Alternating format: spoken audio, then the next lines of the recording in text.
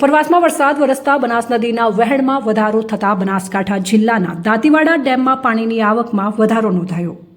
તારીખ 13/7/2025ને રવિવારના સવારે 9:45 પર અગત્યની માહિતી પ્રાપ્ત થઈ હતી।